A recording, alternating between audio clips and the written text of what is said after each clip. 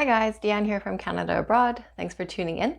So today what we're going to be discussing is the top 5 things that you need to know about Express Entry.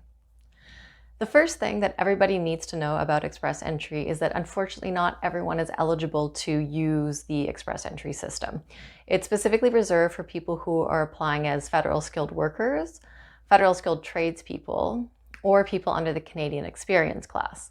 So if you don't initially meet the criteria of one of those 3 programs, when you try to create an Express Entry profile, you're going to be told that you're ineligible.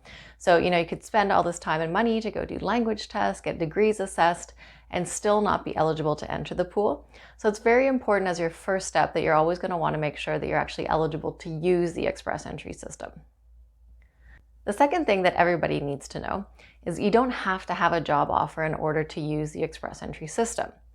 Now, depending on the program that you're applying under, federal skilled workers, for example, they don't need a job offer to get into Express Entry. But in some cases, if you don't have enough points to meet the federal skilled worker criteria, you might need that job offer to add points to your application. So it's definitely not mandatory, but for some people it's needed. If you're applying as a federal skilled tradesperson, you either need a Canadian trade certificate or a job offer for 1 year from one employer or 6 months each from 2 separate employers. And that has to be supported by a labor market impact assessment. And if you're applying under the Canadian experience class, a job offer is not required. The third thing that everybody needs to know about Express Entry is that you do not have to have a provincial nomination. A lot of the forums and discussion boards are talking that, everybody needs this provincial nomination. It's not true, but the reason that a lot of people say that you do need it is because it can add 600 points to your comprehensive ranking system score. So for a lot of people, if they are in the Express Entry system and their comprehensive ranking system score is too low to make sure that they can get an invitation to apply, then they definitely want to look at those provincial nominations as a way to increase their score. Because as we know, with 600 points, you're going to be well above the scores that they've been selecting. But if you're just applying, as a federal skilled worker and you have a really good score, if you get an invitation on your own, you don't need to worry about a provincial nomination. For some people who have really high comprehensive ranking system scores, it can be a waste of money to apply to them because they might actually get an invitation to apply before that provincial nomination is even issued to them. So they might have wasted, time and effort putting that application together, and they just get an invitation to apply on their own. So it's definitely not required for everybody, but for some people, it's a great way to increase their score if they need it. The fourth thing that everybody needs to know about Express Entry is that your occupation code, as long as it's what they qualify as O, A, or B, you're all scored the same. So some people always ask me, okay, well, I have a B level occupation and that's what I'm using for my profile. If I'm in the system, am I going to be picked lower than somebody who has an O level occupation? And the short answer is no.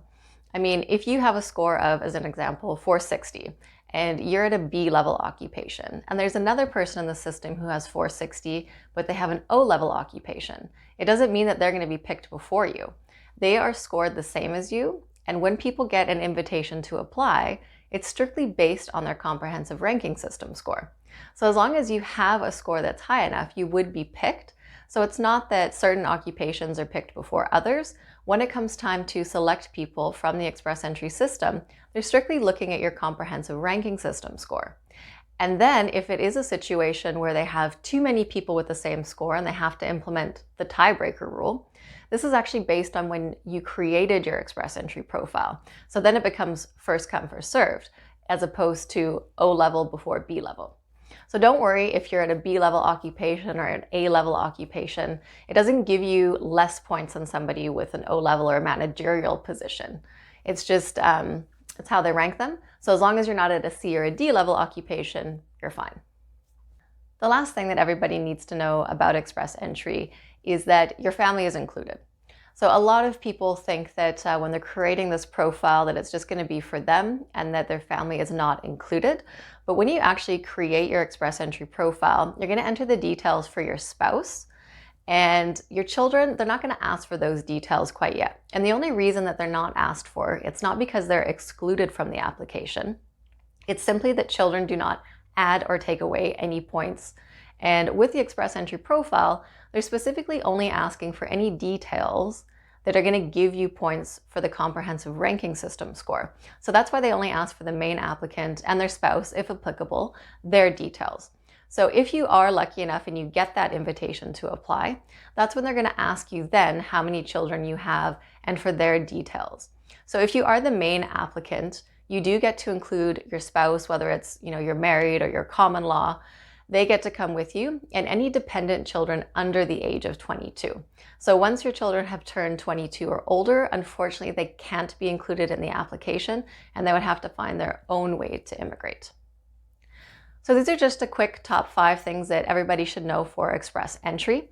There are obviously a lot of other factors that need to be considered, but these are just the things that we find that we're getting asked the most often. And the number one thing that we see is just people not knowing whether they're eligible to actually use the Express Entry system beforehand.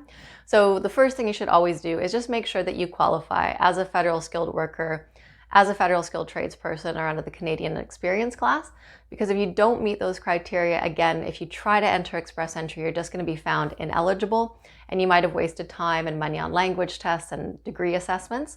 So if you want to, we do have a free assessment that you can complete. The link is in the description below, and it'll give you kind of an indicator whether you might be eligible for Express Entry or not. Thanks for tuning in, and don't forget to subscribe if you want to follow more of our videos. And don't forget to tune in for FAQ Friday, where we answer the most asked questions of the week.